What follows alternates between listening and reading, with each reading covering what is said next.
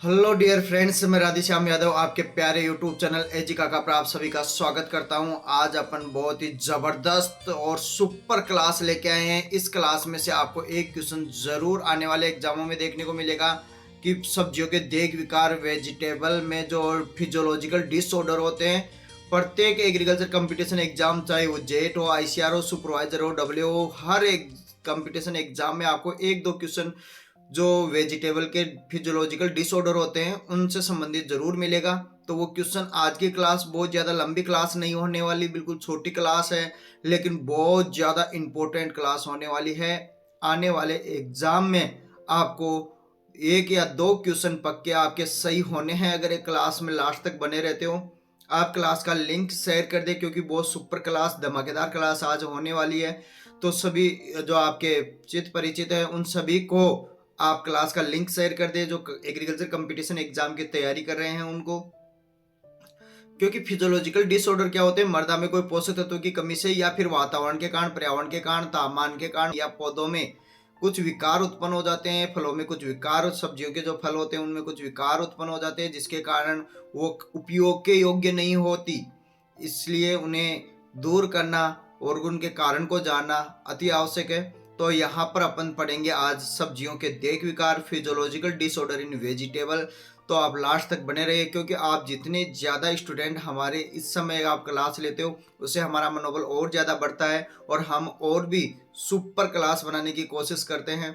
और बहुत ही इस प्रकार के आज अगर आपने क्लास देख ली तो फिजियोलॉजिकल डिसऑर्डर आपको कभी नहीं भूलोगे आप कि कौन सा फिजियोलॉजिकल डिसऑर्डर कौन सी वेजिटेबल में होता है और किसके कारण होता है। तो आप क्योंकि यहाँ पर पूरा आपको दिखाया जाएगा कि कैसा वो पौधा, कैसी वो सब्जी आपको दिखाई देती है, कोई देख विकार हो जाता है तो उसमें। तो अपन शुरू करते हैं आज की क्लास बिना टाइम खराब किए। आज की क्लास में जो सबसे पहले अपने फिजियोलॉजिकल डिसऑर्डर लिए हैं वो टोमेटो के लिए हैं, टमाटर के लिए हैं। तो देखते हैं अपन टमाटर के फिजियोलॉजिकल डिसऑर्डर। टमाटर, टोमेटो जो अपनी पहली फसल है टोमेटो। टोमेटो में जो पहला देख विकार है वो है फलों का फटना, फ्रूट क्रैकिंग। बोरॉन की कमी से ऐसा देखने को मिलता है। किसकी कमी से? बोरॉन की कमी से ऐसा देखने को मिलता है। इस प्रकार से फल है उस फट जाता है, फ्रूट क्रैकिंग हो जाती है। किसकी कमी से? बोरॉन की कमी से। बोरॉन जो सूक्ष्म पोषक तत्व है उसकी कमी से फल फटे जाते हैं।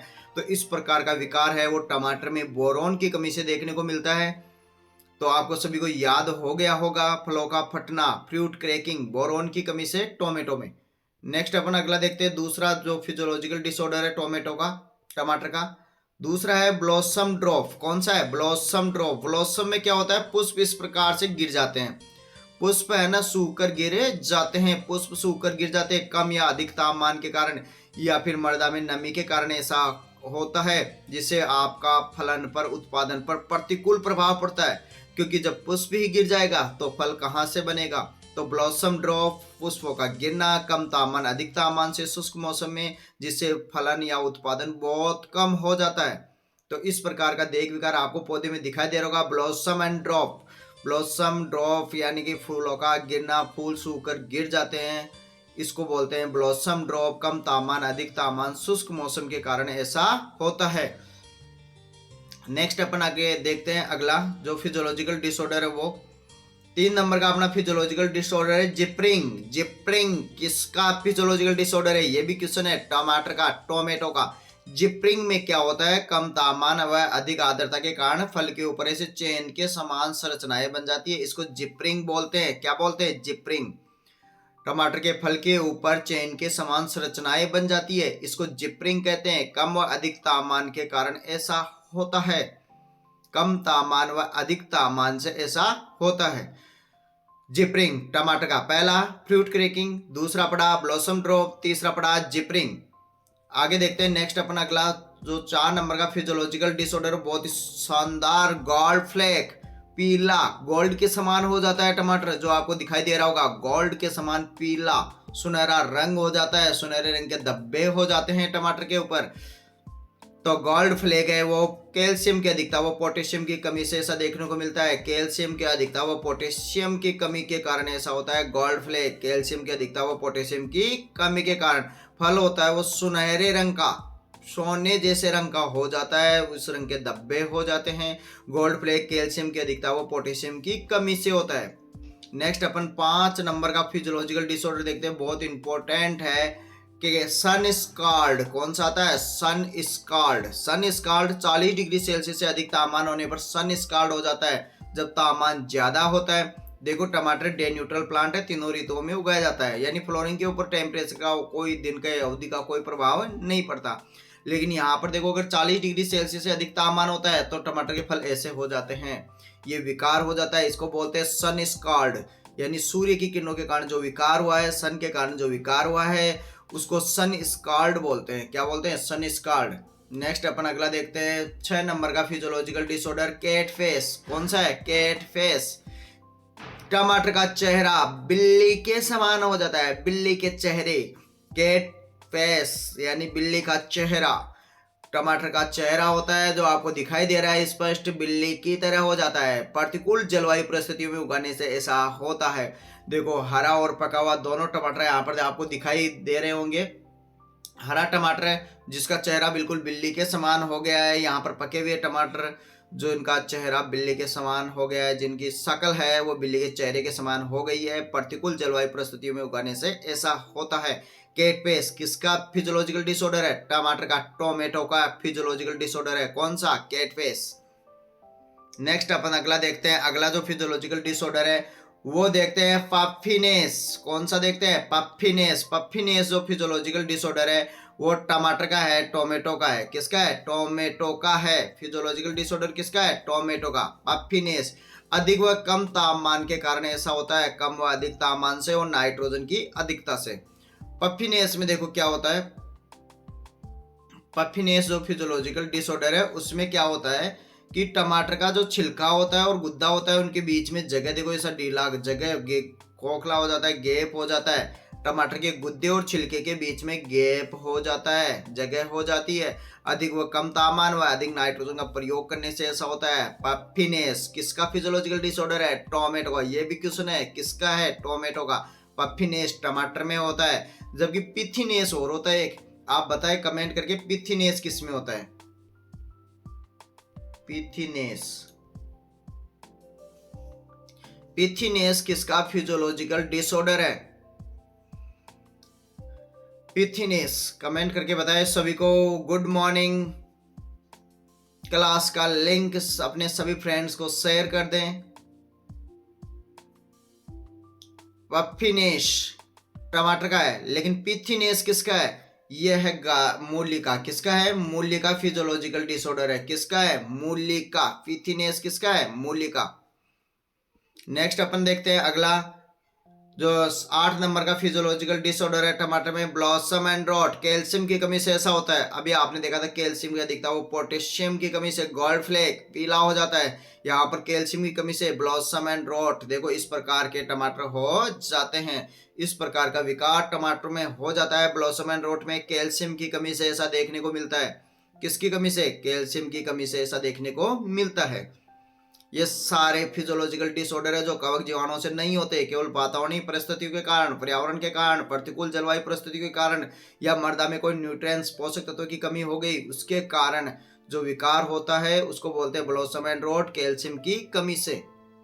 नेक्स्ट अपन अगला देखते हैं 9 नंबर का फिजियोलॉजिकल। देखो टमाटर में और फूल गोभी में दो में बहुत ज्यादा है, दोनों से जरूर क्वेश्चन आता है। ज्यादातर आपके फिजियोलॉजिकल डिसऑर्डर आने की संभावना अगर देखें अपन सब्जियों में तो टमाटर और फूल गोभी दोनों में 10-10 के लगभग फिजियोलॉजिकल डिसऑर्डर यहाँ पर मेन बताएंगे आपको।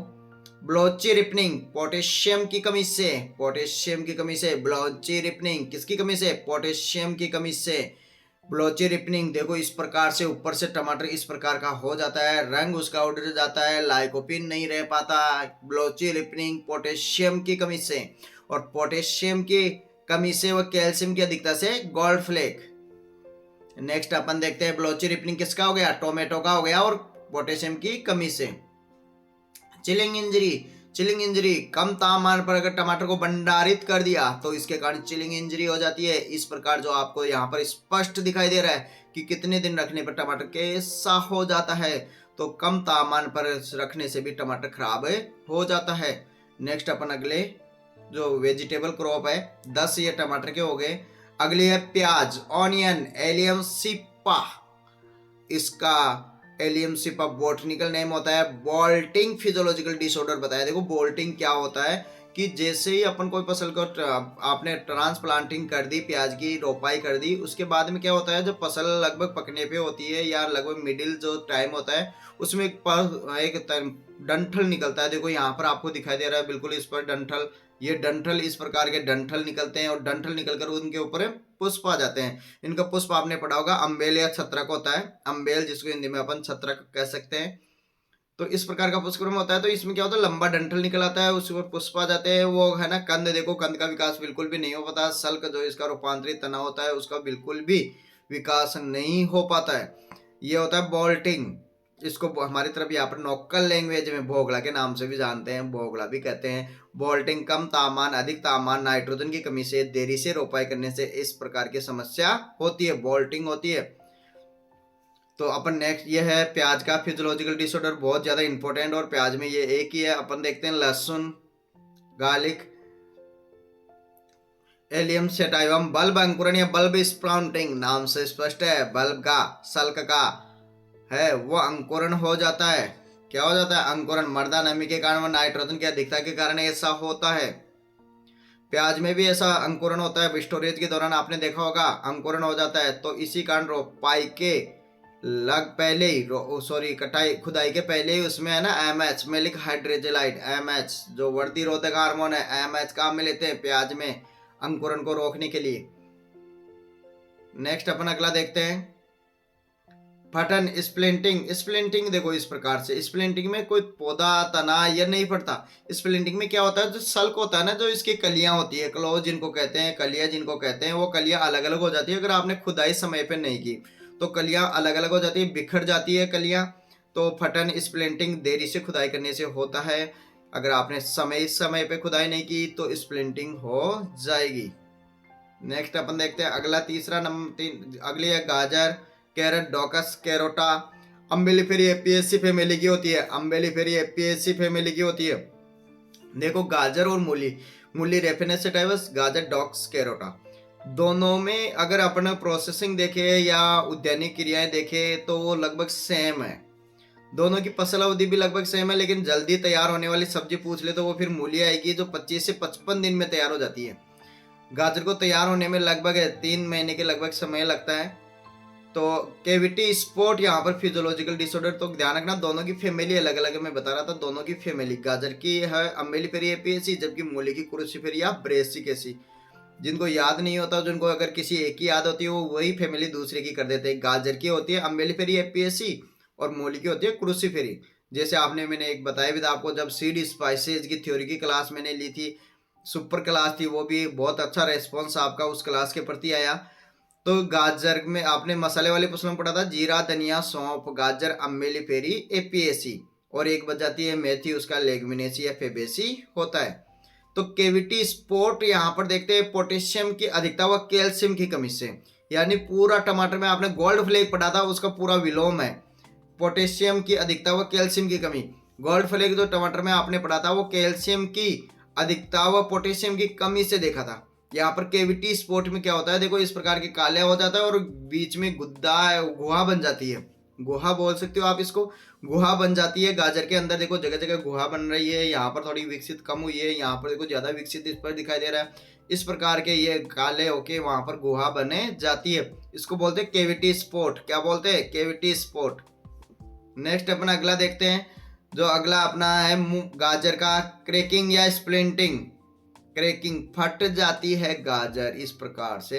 गाजर की जड़ है, जड़ होती है मूली गाजर, इनकी जड़ होती है कि जो खाने वाला भाग होता है वो फट जाता है, नाइट्रोजन की अधिकता से अगेती किस्मों में अधिक होता है। अगर आपने समय, क्योंकि एशियाटिक वेराइटियां जो अपन पहले बो देते हैं, गर्मी में बो देते हैं, उनमें इस प्रकार की समस्या ज्यादा होती है। क्रैकिंग, क्रैक हो जाती है, फट जाती है गाजर, इससे नाइट्रोजन की अधिकता से अगेती किस्में में इस प्रकार की समस्या देखने को मिलती है। अगेती वेराइटी एशियाटिक, देखो मूली की और गाजर की एशियाटिक और यूरोपियन दो प्रकार की वेराइटियां होती है। तो एशियन वेराइटियां जिनको अपन पहले बोते हैं उनमें इस प्रकार की समस्या ज्यादा देखने को मिलती है। नेक्स्ट अपन अगला देखते हैं फॉर्किंग, गाजर में फॉर्किंग। फॉर्किंग इस प्रकार की समस्या, अगर मर्दा में कठोर सतह है तो जड़ का नीचे नहीं जा पाती, तो उसमें छोटी छोटी जड़ें बने जाती है, जो आपको यहाँ पर बिल्कुल स्पष्ट दिखाई दे रही है। कठोर मर्दा सतह में गाजर उगाने से वहां पर छोटी छोटी, जिनको अपन पूंछ, हमारे अगर लोकल लैंग्वेज में अपन राजस्थान में देखें तो छोटी छोटी पूंछड़ियां बन जाती है। क्या बन जाती है? पूंछड़ियां बन जाती है छोटी छोटी। फॉर्किंग, मर्दा में कठोर सतह होने से ऐसा होता है। मर्दा में कठोर सतह होने से ऐसा होता है। सभी को गुड इवनिंग। जो लगातार नए स्टूडेंट जुड़ रहे हैं उनको, साथ ही आज जो भी नए स्टूडेंट हमसे जुड़ते हैं वो हमारे व्हाट्सअप नंबर नोट कर ले, 9928842449। वहां पर आप अपना नाम जरूर भेजें ताकि क्लास शुरू होने से पहले आपको क्लास का लिंक प्राप्त हो जाए। तो यह है फॉर्किंग, गाजर में, डॉक्सकेरोटा में फॉर्किंग, मर्दा में कठोर सतह होने से 3-4 जड़ें बन जाती है। नेक्स्ट अपन अगला देखते हैं पिथिनेस। अभी मूल्य में बताया था आपको पिथिनेस, पफिनेस। टमाटर में पिथिनेस एनपीके की अधिकता से, खुदाई में देरी से, अधिक तापमान से इस प्रकार की समस्या जड़ के अंदर हो जाती है। पिथिनेस ध्यान रखना, मूली, पफिनेस, टमाटर। एनपीके की अधिकता से, खुदाई में देरी से, अधिक तापमान से ऐसा होता है, पिथिनेस। नेक्स्ट अपन अगला देखते हैं, जो अगला फिजियोलॉजिकल डिसऑर्डर है वो है फॉर्किंग। उसी प्रकार जिस प्रकार अभी आपने गाजर में पढ़ा, छोटी छोटी पूंछड़ियां बन जाती है गाजर में, मूली में, मर्दा में कठोर सतह होने से।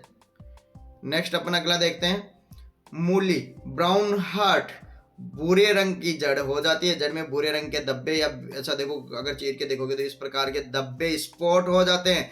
इस बोरॉन की कमी से ऐसा होता है। किसकी कमी से होता है? बोरॉन की कमी से ऐसा होता है। किसकी कमी से होता है? बोरॉन की कमी से। आपको अगर फिजियोलॉजिकल डिसऑर्डर की पीडीएफ चाहिए तो आप हमारा टेलीग्राम चैनल ज्वाइन कर सकते हो, एजी काका के नाम से है। साथ ही व्हाट्सएप पे आप हमसे लिंक मंगवा सकते हो हमारे टेलीग्राम चैनल का। नेक्स्ट अपन अगला देखते हैं, जो अगली क्रॉप है वो मूली में अकासिन। अकासिन, जड़ का विकास, ग्रोथ रुक जाती है, उसी को अकासिन कहते हैं। जड़ का विकास पूरी तरह से रुक जाता है, बोरॉन की कमी से ऐसा होता है। किसकी कमी से होता है? बोरॉन की कमी से ऐसा होता है, जड़ का विकास पूरी तरह से रुक जाता है। इसको अकासिन बोलते हैं। बोरॉन की कमी से ऐसा होता है। किसकी कमी से होता है? बोरॉन की कमी से ऐसा होता है।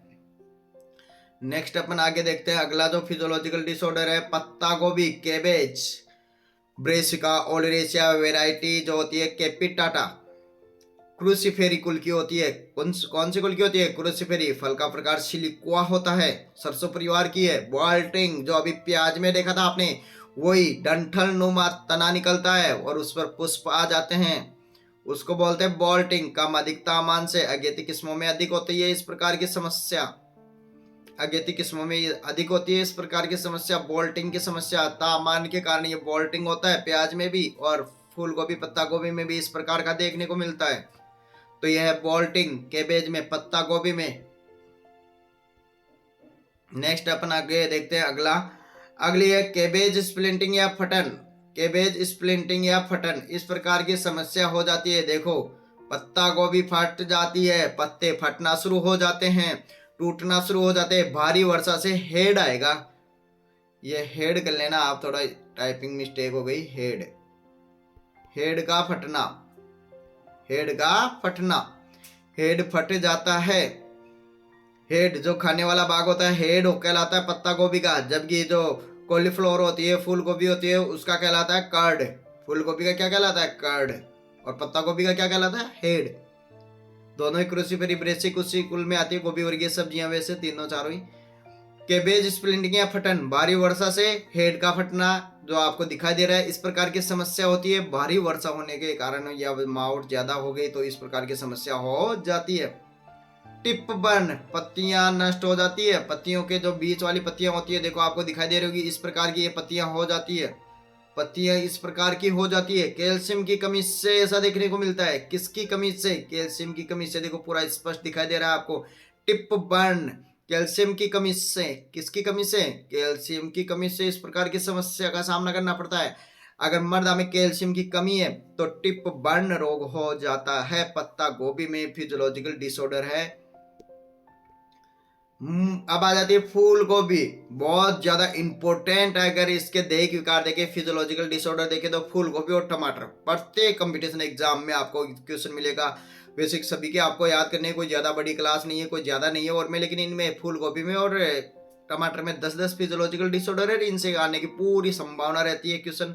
रिचिनेस, देखो रिचिनेस आगे आएगा, फ्यूजिनेस आगे आएगा, लिफिनेस।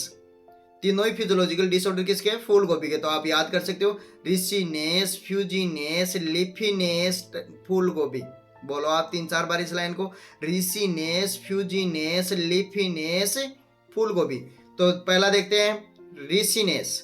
रिचिनेस अधिकता मान 75 किस्मों में ये कम होती है, समस्या आगेती में ज्यादा होती है। इस प्रकार का जो आपको यहाँ पर दिखाई दे रहा है स्क्रीन के ऊपर, इस प्रकार की फूल गोभी हो जाती है, जो आपको बिल्कुल स्पष्ट दिखाई दे रही है। दाने दाने, छोटे छोटे दाने नुमा संरचनाएं फूल गोभी के ऊपर आ जाती है, इसको बोलते हैं रेसिनेस। अधिक तापमान से और 75 किस्में में यह समस्या कम होती है, लेकिन अगेती बुआई करने से इस प्रकार की समस्या होती है।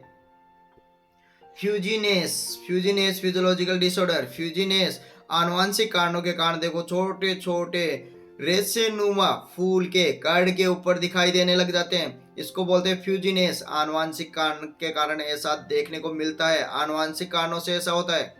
तो रेसिनेस, फ्यूजिनेस फूल गोभी के हो गए।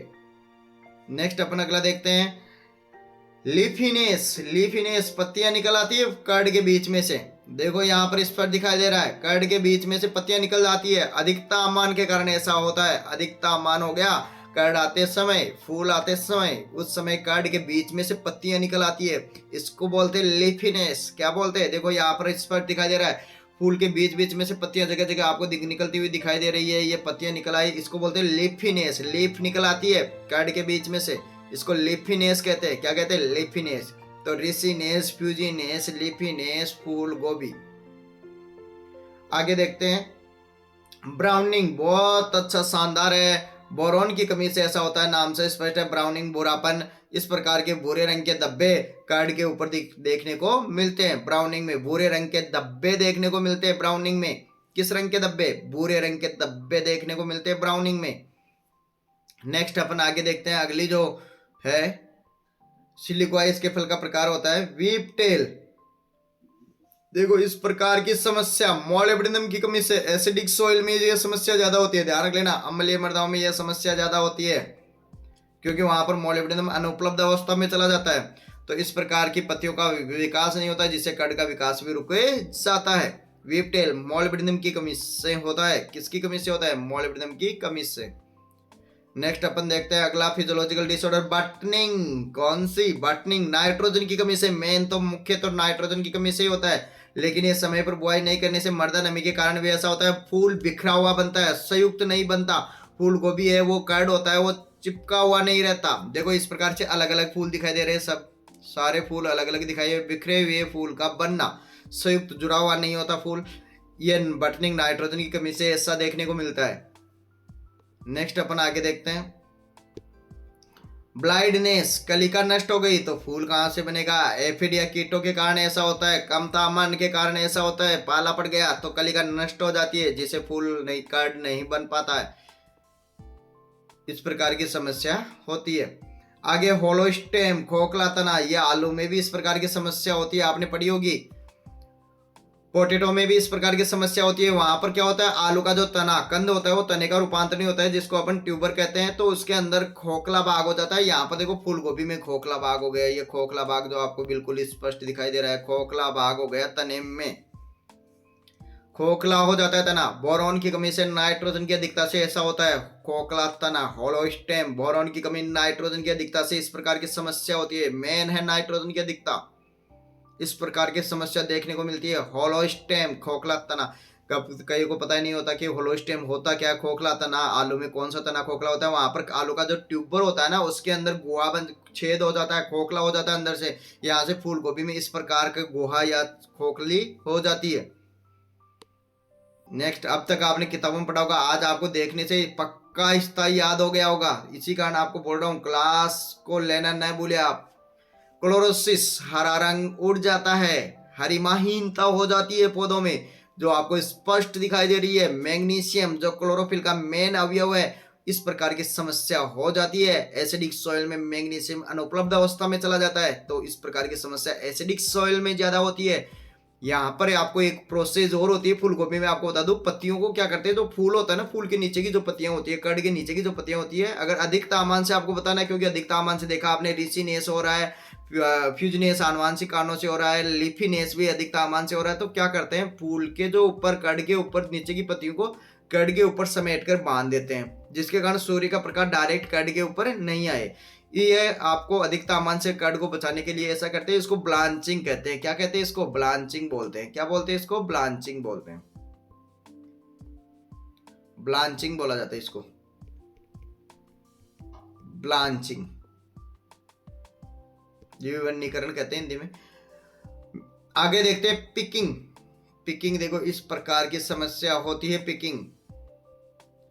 अधिक प्रकाश तीव्रता से गुलाबी हो जाती है कड़। कैसा हो जाता है? गुलाबी हो जाता है कड़। अधिक प्रकाश की तीव्रता, ज्यादा तेज प्रकाश पड़ रहा है, इसी कारण बताया आपको ब्लांचिंग अपनानी चाहिए। क्या अपनानी चाहिए? जो ये फूल के नीचे जो आपको पत्ते दिखाई दे रहे हैं साइड में, इनको कड़ के ऊपर है ना समेट कर बांध देना चाहिए। अगेती वेराइटियों में करते हैं। मेन प्रोसेस होती है फूल गोभी की, कॉलीफ्लावर की। नेक्स्ट अपन आगे देखते हैं। अगला है खीरा, कुकुम्बर, कुकुरबिटेसिकुल का, जिनका फल का प्रकार पेपो होता है। पिल्लो रोग, पिल्लो कैल्शियम की कमी से, किसकी कमी से? कैल्शियम की कमी से। आपको दिखाई दे रहे हैं खीरे किस प्रकार के हो गए? कुपोषण के शिकार हो गए हैं ये खीरे। कैल्शियम की कमी से ऐसा हुआ है। किसकी कमी से हुआ है? कैल्शियम की कमी से ऐसा हुआ है। पिल्लो रोग, कैल्शियम की कमी से इस प्रकार की समस्या हुई है। चाय ले लेते थोड़ा।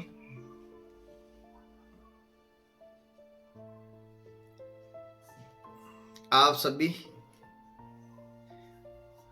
चाय पीते हुए भी क्लास का आनंद ले सकते हैं। पिल्लो रोग कैल्शियम की कमी से ऐसा होता है। किसकी कमी से होता है? कैल्शियम की कमी से इस प्रकार की समस्या होती है। तो अगला देखते हैं फिजियोलॉजिकल डिसऑर्डर तरबूज, कलिका उत्तक से बर्ड नेक्रोसिस, एफिड के कारण कलिका नष्ट हो जाती है, फल नहीं बनता, या फल में भी अगर एफिड का प्रकोप हो गया, तरबूज में, वाटरमेलन में भी अगर एफिड का प्रकोप हो गया, तो इस प्रकार का तरबूज दिखाई देता है। जो आपको दिखाई दे रहा होगा, इस प्रकार के धब्बे हो जाते हैं और इस प्रकार के पौधे, पत्तियां इस प्रकार की हो जाती है। एफिड के प्रभाव से कलिका नष्ट हो जाती है। तो ये थे फिजियोलॉजिकल डिसऑर्डर इन वेजिटेबल। आपने पढ़े, बहुत ही छोटी क्लास है लेकिन बहुत ज्यादा इंपॉर्टेंट है, और एक बार आपने क्लास देख ली तो आप कभी नहीं भूलोगे इन फिजियोलॉजिकल डिसऑर्डर को, कि कौन सी क्रॉप में कौन सा फिजियोलॉजिकल डिसऑर्डर किस कारण से होता है। 2-3 बार अगर क्लास देख ली, बहुत ज्यादा लंबी क्लास नहीं है, आप लगातार पढ़ते रहे। देखो, एक बार पढ़ने से किसी को याद नहीं होता। एग्रीकल्चर में थोड़ा याद करने का मैटर थोड़ा ज्यादा होता है, और समझने का भी बहुत ज्यादा जरूरी है कि किस प्रकार के फल दिखाई देते हैं, कौन सी प्रोसेस किस प्रकार से करते हैं। कल मैंने आपको, कई बच्चों को पता नहीं है कि ओरोबैंक की पूर्ण जड़ परजीवी है, तो किस प्रकार से वो जड़ परजीवी है, जड़ के अंदर किस प्रकार से वो अपनी है ना वो तंतु प्रवेश कराता है, वहां पर पूरा पोषण, उसके जड़ कोई जमीन में नहीं होती, जमीन से कोई पोषण ले लेता, वो पूरी सरसों की जड़ से पोषण लेता है। तो कल आपको दिखाया था मैंने, संडे था तो हम खेत में गए थे, फील्ड में गए थे, ओरोबैंक की सत्यानाशी आपको दिखाई थी। आइडेंटिफिकेशन के लिए, कहीं आपकी स्पॉटिंग वगैरह के लिए आपको बहुत ज्यादा मददगार साबित हो सकती है। आर्जिमोन मैक्सिकाना के पौधे, तारामीरा के बारे में आपको बताई थी क्लास। तारामीरा के बारे में भी हमने शॉर्ट वीडियो डाल रखा है, ज्यादा बड़ी लंबा नहीं है। इसी प्रकार हम लगातार आपके लिए हर प्रकार से प्रैक्टिकली जानकारी जो आपको लंबे समय तक याद रहे, क्योंकि किताबों में तो हर कोई पढ़ाते हैं, हर कोई पढ़ता है, लेकिन आपको प्रैक्टिकली आप देख लोगे तो आप मानोगे कि इस प्रकार से रियल में ऐसा होता है। आपको अमरबेल, जो पूर्ण तना परजीवी खरपतवार, उसके बारे में भी, जैसे हम कभी फील्ड में जाएंगे तो उसके बारे में भी आपको बताएंगे।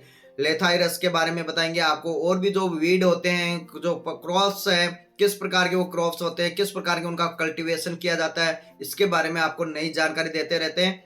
आप हमसे व्हाट्सएप द्वारा जरूर जुड़े। अगर आप हमारा टेलीग्राम यूट्यूब चैनल देख रहे हैं तो हमारे व्हाट्सएप नंबर आपको यहाँ पर दिखाई दे रहे हैं, 9928842449 पर आप नाम लिख के अपना व्हाट्सएप करें।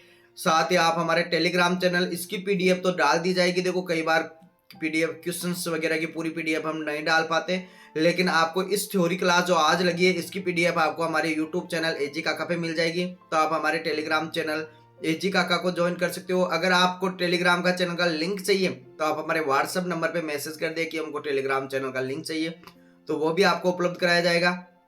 साथ ही आप ज़्यादा से ज़्यादा बच्चों को इन क्लासों से जोड़ें, क्योंकि आपको टॉपिक वाइज पूरा हॉर्टिकल्चर तो लगभग कंप्लीट होने को है। हॉर्टिकल्चर का कोई 1-2 टॉपिक बचा होगा जिसके अपने ऑब्जेक्टिव क्वेश्चन नहीं डाले, क्योंकि आपकी तैयारी का आंकलन जितना ज़्यादा आप क्वेश्चन को सोल्व करोगे कि किस प्रकार की थ्योरी तो हर आपने पढ़ लोगे आप, लेकिन किस प्रकार के क्वेश्चंस एग्जाम में पूछे जाते हैं, कौन कौन से क्वेश्चंस किस किस प्रकार के क्वेश्चंस उस टॉपिक से बन सकते हैं, उन सब का अगर आपको जानकारी चाहिए तो आप हमारा यूट्यूब चैनल आपके लिए तैयार है, हम आपके लिए तैयार है। आप कमेंट के द्वारा हमें बताएं कि आपको हमारी क्लासें किस प्रकार की लग रही है, तो आप है ना लगातार हमारी क्लासें लेते रहें। आपको फिर मिलेंगे इसी समय सुबह 7:15 के लिए पे, जब तक के लिए नमस्कार।